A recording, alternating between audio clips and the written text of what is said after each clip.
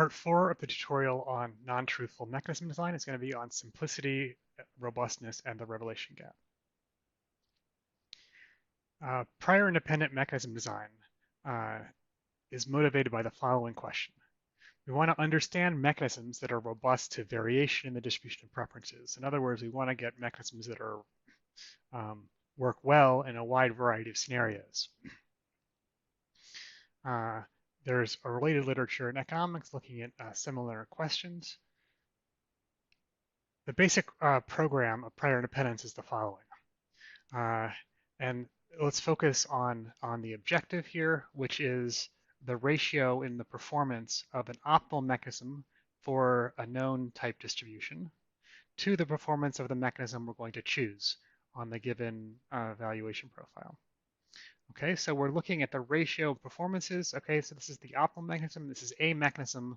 So this ratio is going to be a number that's bigger than 1. We're going to be looking to minimize that over all mechanisms in some family. And we want to minimize it in worst case over distributions in some family. Good. So mechanism design asks to identify mechanisms that have good equilibrium. As we've been discussing, the revelation principle says that if there exists a mechanism of good equilibrium, there exists a mechanism of good truth-telling equilibrium. As we've said, in the proof of the revelation principle, we construct a new mechanism by simulating the agent strategies in the non-truthful mechanism. And the thing I want to point out here is the construction of the revelation principle breaks prior independence. In other words, suppose I have a prior independent non-truthful mechanism, but I construct the revelation mechanism from it by simulating the agent strategies in this non-truthful mechanism. Well, the strategies in a non-truthful mechanism depend on the distribution of preferences. And therefore, the simulated mechanism also depends on the distribution of preferences, and therefore it's not prior independent.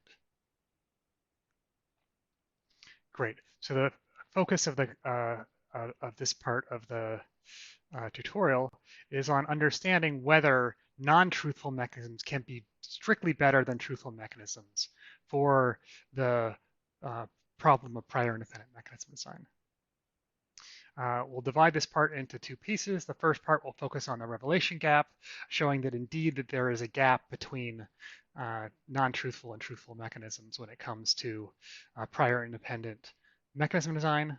And then the last part was we'll tie this into some foundational work in economics on what's called implementation theory.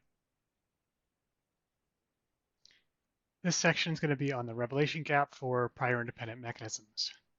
There are 2 papers on this topic in the literature. One is joint with Yiding Feng on a revelation gap for welfare maximization with agents with budgets. And the other is a new paper with Yiding Feng and Yikai Li on a revelation gap for pricing with samples.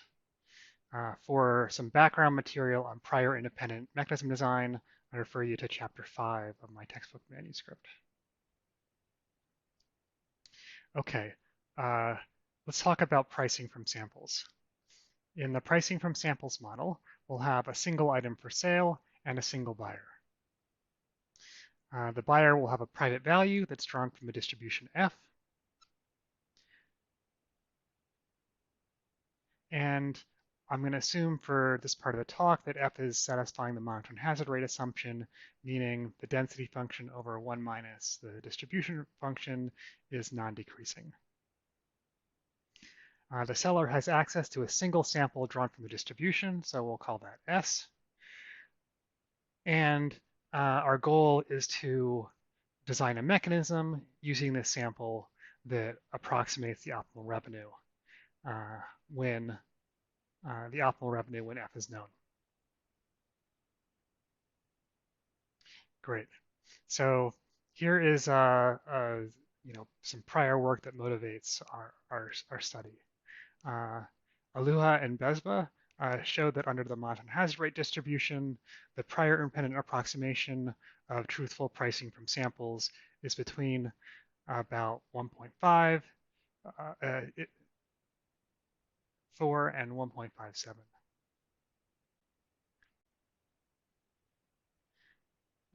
What we're going to show today is that for monotone hazard rate distributions, the prior independent approximation of a general non-truthful mechanism from pricing from a sample is between 1.07 and 1.29.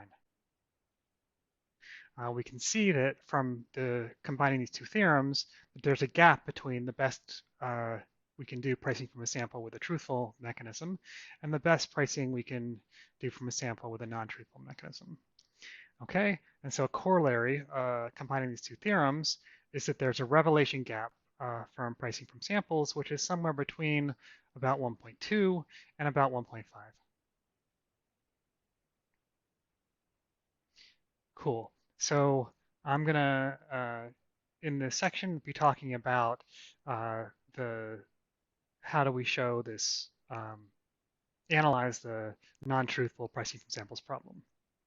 Okay, so we're first going to get a lower bound, looking at just uniform distributions with a point mass, and show that the best prior independent approximation we can obtain from pricing with a sample is at least 1.07, independent of the kind of mechanism that we run. We're then going to get an upper bound that shows that there exists a non-truthful mechanism with a prior independent approximation ratio of about 1.3. Okay, let's look at the mechanism we're going to be exhibiting in this upper bound. It's going to take the following form. The agent is going to decide whether to participate or not.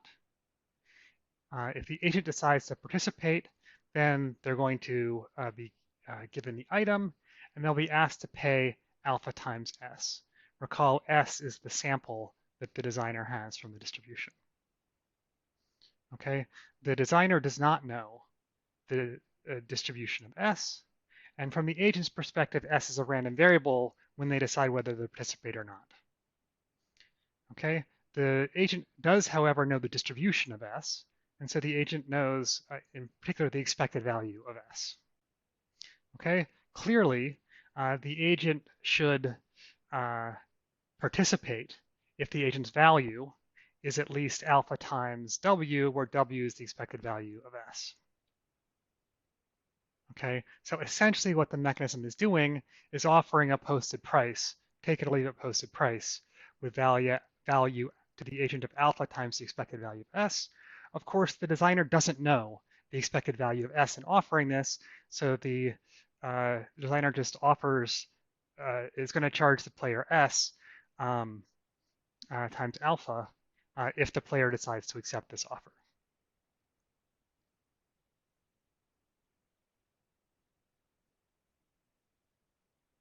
Cool.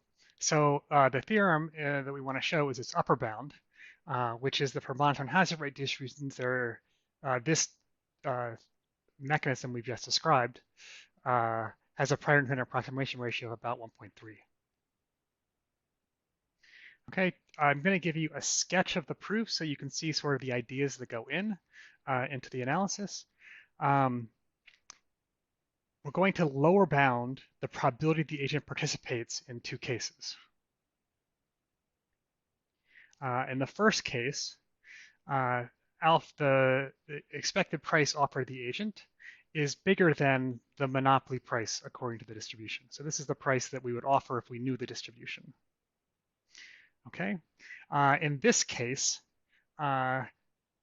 it's depicted by this picture where we've drawn the revenue curve. This is the revenue as a function of the probability that the agent buys when offered a price. The monopoly quantile is the optimizer of the revenue curve here, and we've said that the price is higher than the monopoly quantile. As we've described previously, posted prices can be interpreted as lines from the origin. So here is this posted price at value alpha q. And of course, this price is less than, because alpha is a number less than 1, it's less than the what we get from just posting price W. So we're going to get a lower bound on the revenue curve using a straight line between the revenue we get from posting price W and the revenue we get from posting price Q star, corresponding to Q star. Okay, given it's a straight line, we can basically get a lower bound on the revenue in this case. Okay, in the remaining case, this is the case that the expected price that we are posting is less than the monopoly quantile. Here we're going to get a lower bound on the revenue by the straight line between the monopoly quantile and Q star, and we're going to analyze this R hat, which is the lower bound we get on the revenue curve here. Okay, and we can get a functional form for the revenue curves in both these cases, and we can analyze what our revenue is, and we can compare it to the revenue of posting price Q hat.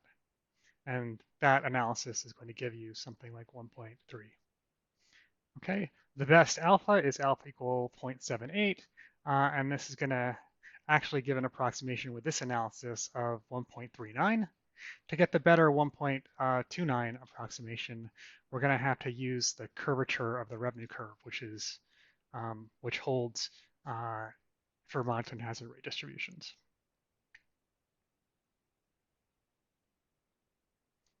Cool.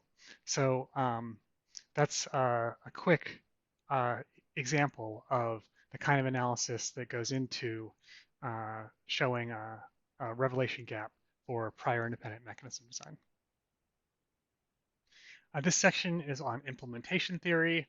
This is a topic that has been intensely studied in economics. I'll refer you to a really nice survey by Matt Jackson on implementation theory, and then one of the primary sources for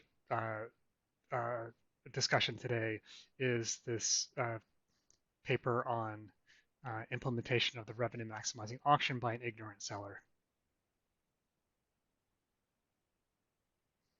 Cool. So implementation theory gives a mechanism whereby a seller who knows nothing about the scenario that the seller is in can obtain a revenue equal to the optimal revenue possible if the seller knew everything. Okay, and this is based on a sort of informal proposition that anything commonly known by the agents, the mechanism might as well be assumed to know. Okay, if the mechanism, of course, knows the distribution, then the mechanism can do the optimal mechanism given the distribution. Okay, so here's a here's a mechanism that sort of instantiates this proposition. Okay, this is the report the prior mechanism. So what we're going to do is ask the agents to report their prior knowledge. If the agents disagree about what the distribution is, we're going to shoot them or equivalently give them some very high payment. Otherwise, we'll run the optimal mechanism for the reported prior.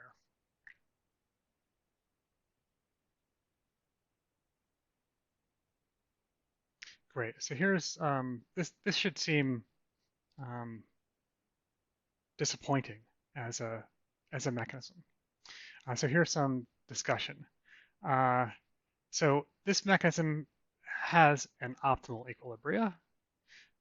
It also has other equilibria, but and this is where the main sort of efforts of implementation theory come in at removing these other equilibria.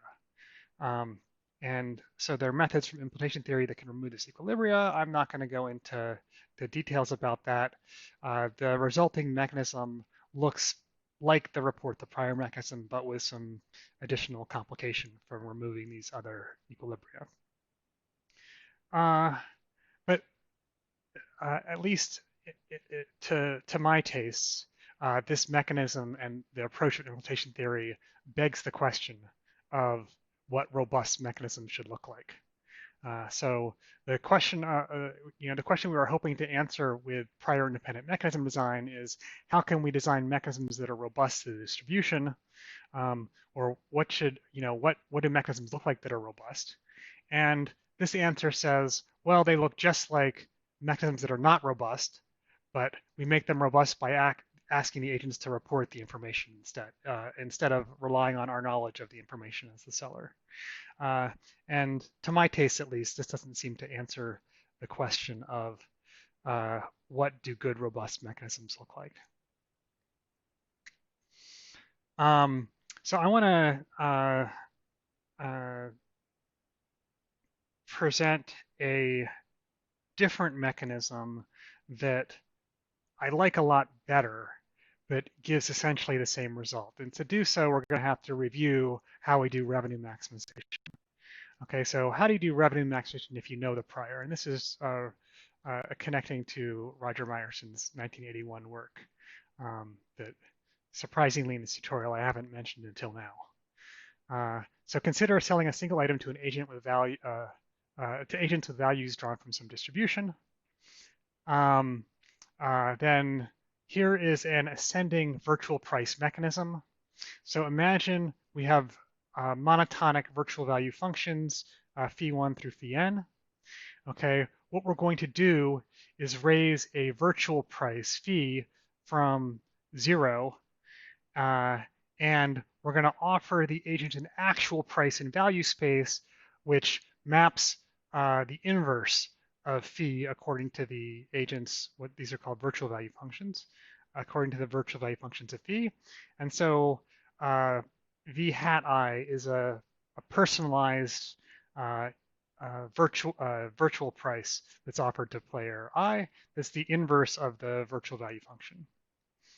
Okay, so these prices are ascending.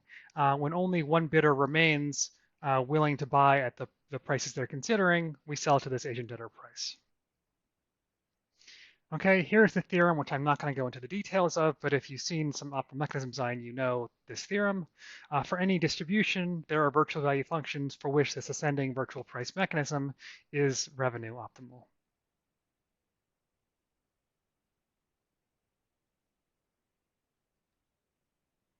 Great. I now want to show you how we can implement this mechanism with an ignorant seller.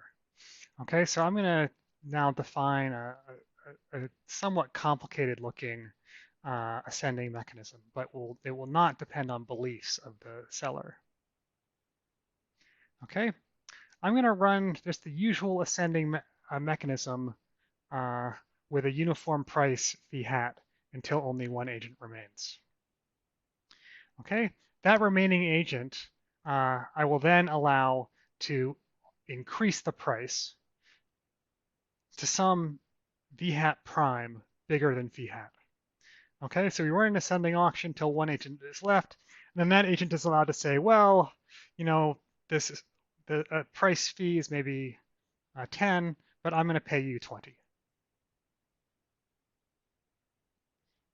Great. We're then going to pick a random agent j, who is allowed to challenge.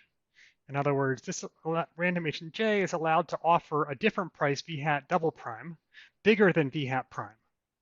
Okay? And if there is no challenge, then I will just pay the offered price v hat prime. If there's a challenge, I will pay a penalty delta and the following. Okay? If I accept the challenge, then I will pay v hat prime to the seller, the original price that I offers, and the difference to the challenger. Okay, the difference in the two prices, the challenge price and the offered price. If I reject the challenge, then the challenger J is going to have to pay the difference between the uniform price that the auction left at and the price offered by the agent I. Okay, cool. So that's a mechanism. And the question we have now is, what are the equilibria of this mechanism?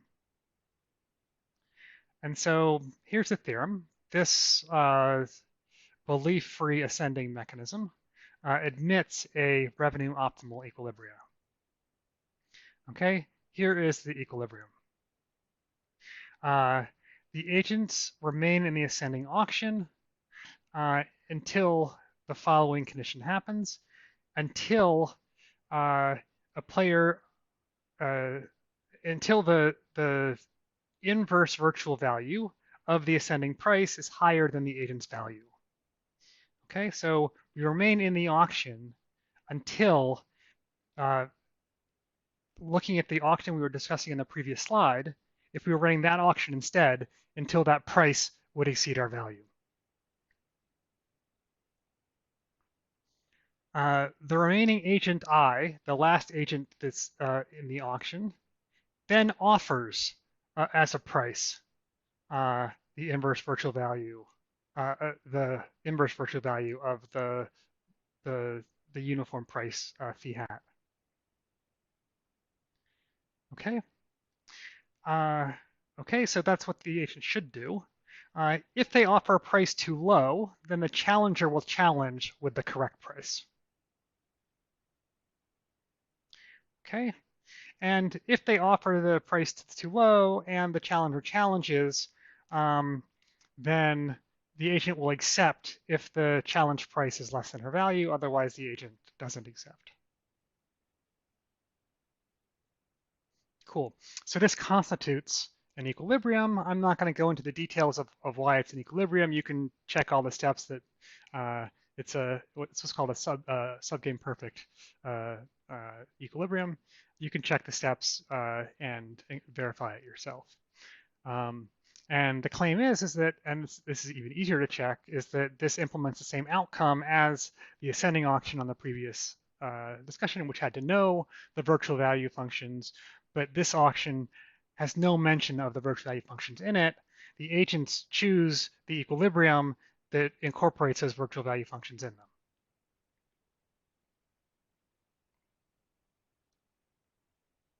Great. So let's have a little discussion. I said that I liked this ascending auction a little bit better than the implementation theory auctions. The reason why I like it is it's a lot more robust to the informational assumptions, and it asks the agent sort of simpler questions. Instead of saying report a distribution, everyone, and if they don't agree, then we're going to offer you some high payments. There are no high payment penalties in this auction, and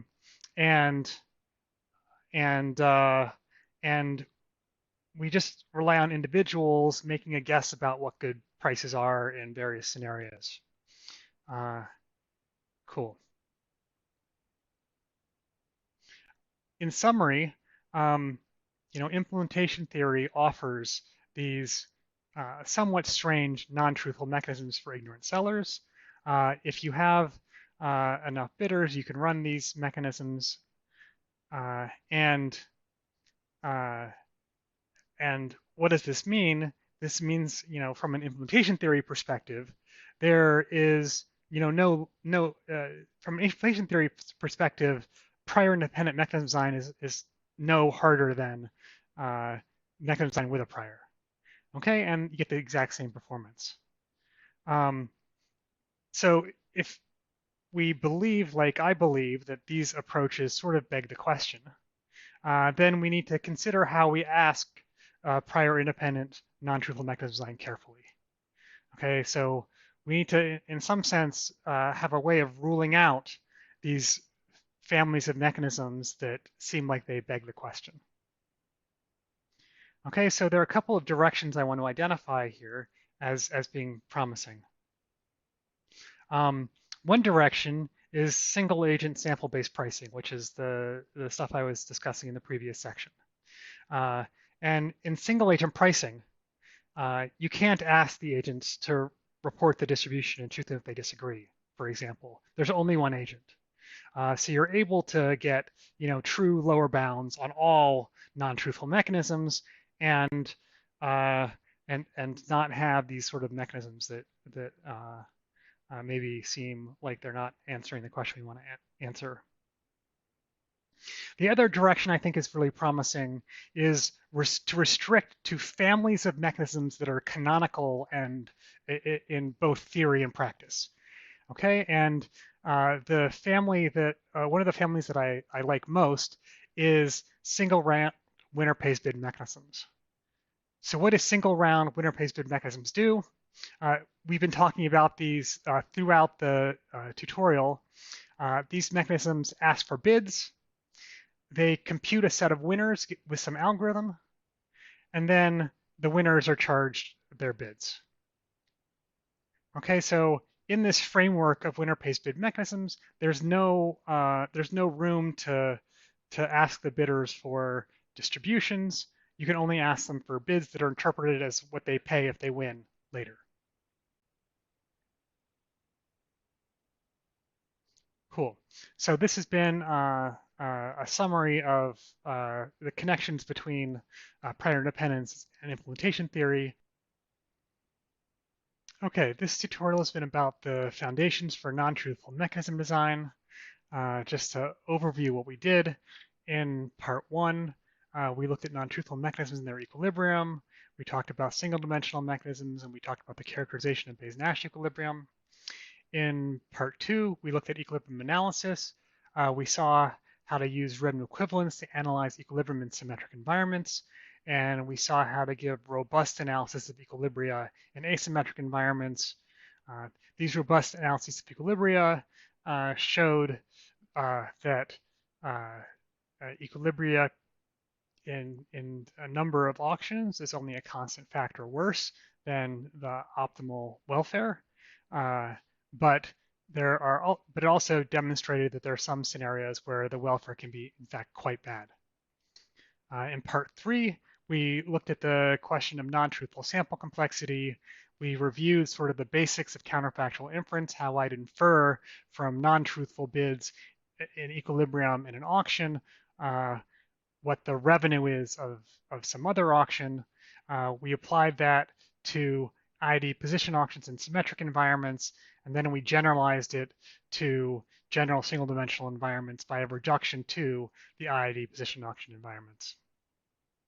Finally, in part four, we looked at simplicity and robustness and what's called the revelation gap.